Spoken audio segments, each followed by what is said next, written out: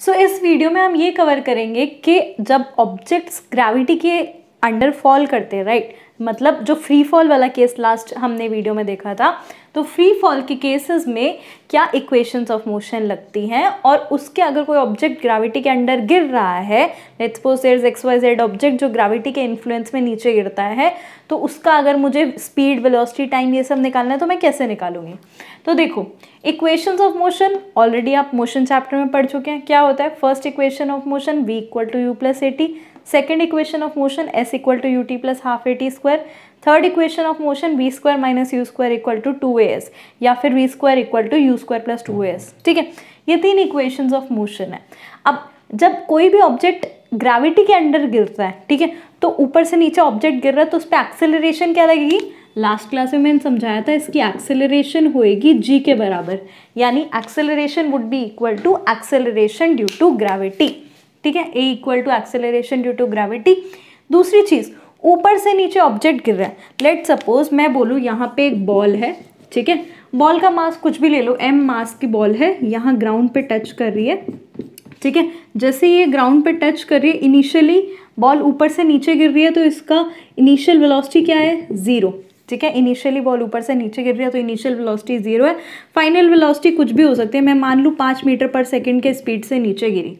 ठीक है, इसकी एक्सेलरेशन कैसे निकालोगे आप? एक्सेलरेशन क्या होगी? g के बराबर, तो इसकी एक्सेलरेशन क्या होगी? g होता है आपका क्या? 9.8 मीटर पर सेकेंड स्क्वायर, है ना।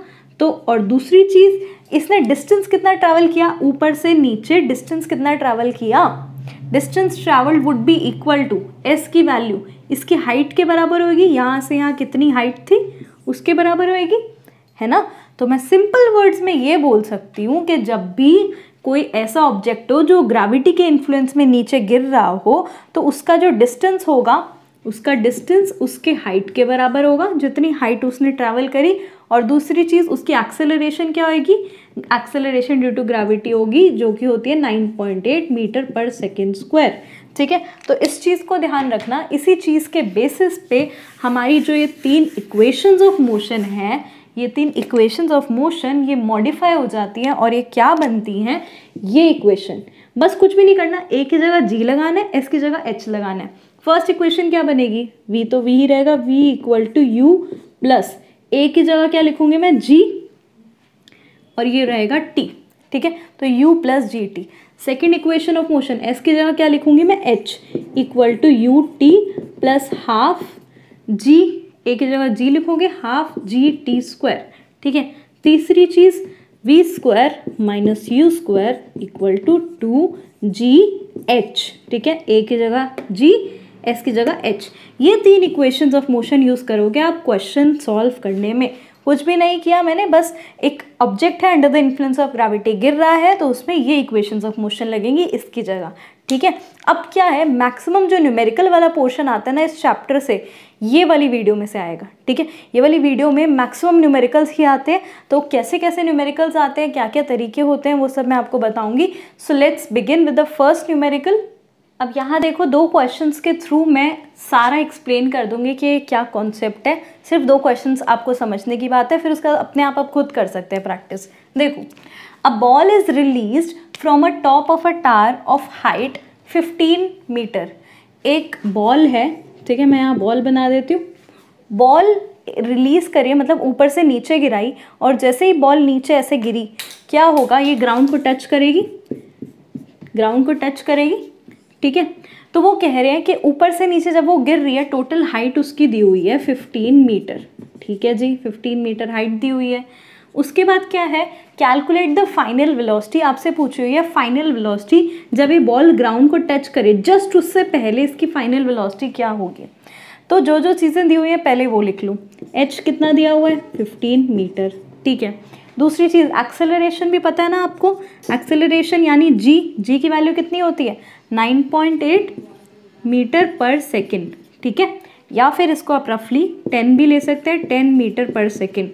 अब देखो, ऊपर से नीचे मैंने बॉल को ड्रॉप किया, उसकी एक्सेलरेशन होएगी 10 मीटर पर सेकेंड। अगर ये बॉल मैं नीचे से ऊपर फेंक रही होती तो एक्सेलरेशन होती -10 मीटर पर सेकेंड, क्योंकि ये अगेंस्ट द ग्रेविटी जा रही होती। यहाँ पे क्या है, बॉल ऊपर से नीचे फेंकी तो जी की वैल्यू 10 आएगी। अगर यही बॉल नीचे से ऊपर फेंक रहे होते, क्योंकि अगेंस्ट द ग्रेविटी जाती, तो यहाँ जी की वैल्यू माइनस आती। तो मैं यहाँ जी की वैल्यू फिलहाल तो यहाँ क्या लिख रही हूँ, 10 मीटर पर सेकेंड प्लस में है। और क्या दिया हुआ आपको फाइनल वेलोसिटी निकालनी है, फाइनल वेलोसिटी निकालनी है। बॉल यहाँ से आपने छोड़ी तो इनिशियल वेलोसिटी क्या होगी इसकी, रिलीज करी ना, तो इनिशियल वेलोसिटी क्या होगी, 0। अब देख लो 3 इक्वेशंस ऑफ मोशन ही हमें पता है, तीनों में से कोई एक लग रही होगी।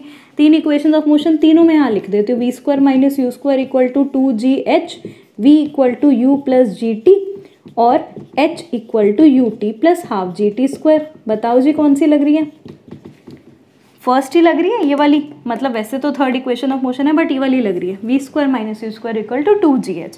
तो लगा ली V square minus you square equal to 2gh। क्या करूँगी, वी स्क्वायर मुझे निकालना है, यू स्क्वायर मुझे 0 दिया हुआ है, 2 इंटू जी की वैल्यू 10, रफली 10 पुट कर दिया, और h की वैल्यू है 15। इजीली निकाल सकती हूँ। वी स्क्वायर आ गया तुम्हारा, ये हो गया 150 इंटू 2, 15 2 ज़ा 35, तो ये हो गया 350। तो v की वैल्यू क्या आएगी, अंडर रूट ऑफ 350। सॉल्व कर लेंगे आप इसको, आपका आंसर आ जाएगा इतने मीटर पर सेकेंड। ठीक है, इसको सॉल्व करना है बस। ये हो गया हमारा क्वेश्चन सॉल्व। इतने ही इजी क्वेश्चंस आएंगे। तो अगर आपका मोशन चैप्टर क्लियर है, आपको मोशन आता है, इक्वेशंस ऑफ मोशन लगानी आती है, तो ये वाला चैप्टर भी क्लियर हो जाएगा। इसलिए जब मैं मोशन चैप्टर पढ़ा रही थी, मैंने बताया था मोशन चैप्टर बहुत इंपॉर्टेंट है, बिकॉज आगे अगले 2 chapter force and laws of motion में भी मोशन का यूज़ हुआ है, और ये वाले चैप्टर में भी मोशन चैप्टर का ही यूज़ हो रहा है। इन केस आपको उसकी कोई वीडियो देखनी है तो आप ऊपर लिंक पे देख सकते हैं, आई करके एक लिंक बना होगा। अब आते हैं ये वाले क्वेश्चन पे।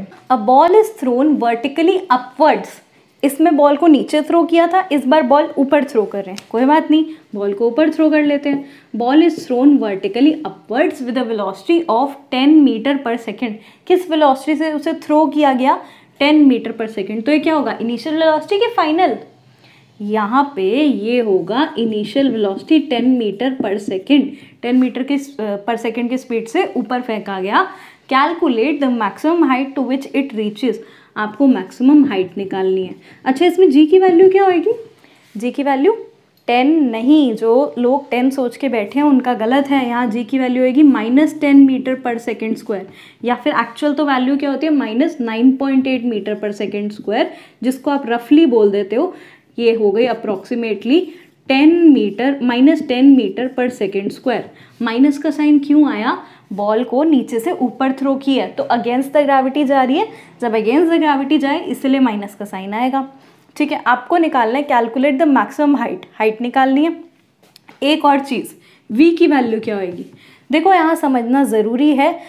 जब बॉल ऊपर गई, ठीक है, जस्ट 1 सेकेंड के लिए, जब तक वो ऊपर गई, ऊपर जाने के बाद एक बार रुकेगी भी तो सही, फिर उसके बाद वापस नीचे आएगी ना। लेकिन 1 सेकेंड के लिए सही, लेकिन वो ऊपर जाके 1 सेकेंड रुकेगी भी तो सही, मैक्सिमम हाइट पहुंचने के बाद फिर नीचे आएगी, इसलिए यहाँ v की वैल्यू 0 होएगी। समझो ये वाली बात को। बॉल नीचे से ऊपर थ्रो कर रहे हैं तो फाइनल वेलोसिटी 0, बॉल ऊपर से नीचे फेंक रहे हैं तो इनिशियल वेलोसिटी 0। ठीक है, इस चीज़ का ध्यान रखना है। ये वाली चीज़ जब आप क्वेश्चन सॉल्व कर रहे होंगे तो बहुत यूजफुल होएगी कि जब बॉल को ऊपर से नीचे फेंका तो इनिशियल वेलोसिटी 0, और बॉल को नीचे से ऊपर फेंका तो क्या होगा, फाइनल वेलोसिटी 0। और देखो क्या दिया हुआ, calculate the height. Again formula तो देखो यही लग रहा है, we square minus you square equal to 2gh।